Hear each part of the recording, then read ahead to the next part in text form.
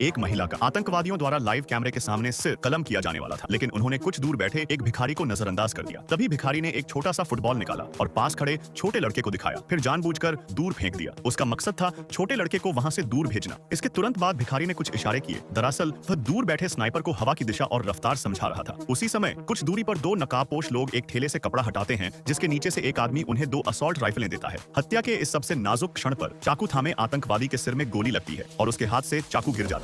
भिखारी तुरंत उठ खड़ा होता है और लड़ाई शुरू करता है। असल में भिखारी और उसके साथी सभी कमांडो थे। सिर्फ कुछ ही मिनटों में सभी आतंकवादी मारे गए। फिर एक सैनिक लाशों की जांच करता है ताकि कोई मरा हुआ होने का बहाना कर भाग न पाए। यह टर्की की स्पेशल फोर्स की टुकड़ी थी। जिस पत्रकार महिला को वे बचा रहे थे उसका नाम था लीना। जाते जाते उन्होंने कैमरे की फिल्म निकालकर अपने पैर से कुचल। इसके बाद वे एक आम नागरिक के घर पहुंचे, जहां लीना ने सामान्य कपड़े पहने। बातचीत और विश्लेषण से पता चला कि उन्हें कुछ किलोमीटर दूर के लैंडिंग जोन तक जल्दी पहुंचना हो। महिला पत्रकार को बुलेट प्रूफ जैकेट और हेलमेट पहनाया गया। दो सैनिक रास्ता साफ करने आगे बढ़े, बाकी टीम उनके पीछे चल पड़ी। वहां से वे निकासी स्थल की ओर बढ़ने लगे, लेकिन तभी आगे चल रहे दोनों सैनिकों के कदम रुक गए। दरअसल वहां रेत के ऊपर सफेद कपड़ा था। जब उन्होंने कपड़ा हटाया तो नीचे दर्जनों निर्दोष नागरिकों की लाशें पड़ी थीं, जिन्हें आतंकवादियों ने बेरहमी से मार डाला था। तभी कप्तान को सामने कुछ और गड़बड़ लगी। उसने तुरंत अपनी दूरबीन से देखा, बहुत बड़ी संख्या में आतंकवादी उनकी ओर बढ़ रहे थे। कप्तान ने कहा, तैयार हो जाओ। कुछ ही देर में भारी हथियारों से लैस आतंकवादी पहाड़ की तलहटी तक पहुंच गए और दुश्मन को खोजने लगे, लेकिन वहां उन्हें सिर्फ एक सिग्नल ट्रांसमीटर मिला। तभी कप्तान ने तुरंत कई किलोमीटर दूर स्थित तोपों को ट्रांसमीटर पर निशाना लगाकर फायर करने को कहा। कुछ ही पलों में जमीन हिलाने वाली बमबारी से आतंकवादी पूरी तरह दहल गए। विस्फोट की वजह से पहाड़ और धरती कांप गए। स्नाइपर ने बचे हुए आतंकियों को एक एक कर मारना शुरू किया। ड्राइवर भागने की कोशिश करता है, लेकिन स्नाइपर ने उसे भी गोली मार उसका काम तमाम कर दिया। कमांडो टीम ने आतंकवादियों की पिकअप गाड़ी जब्त कर ली और तुरंत साजो सामान समेटकर गाड़ी में सवार हुए और रेस्क्यू पॉइंट की ओर निकल पड़े।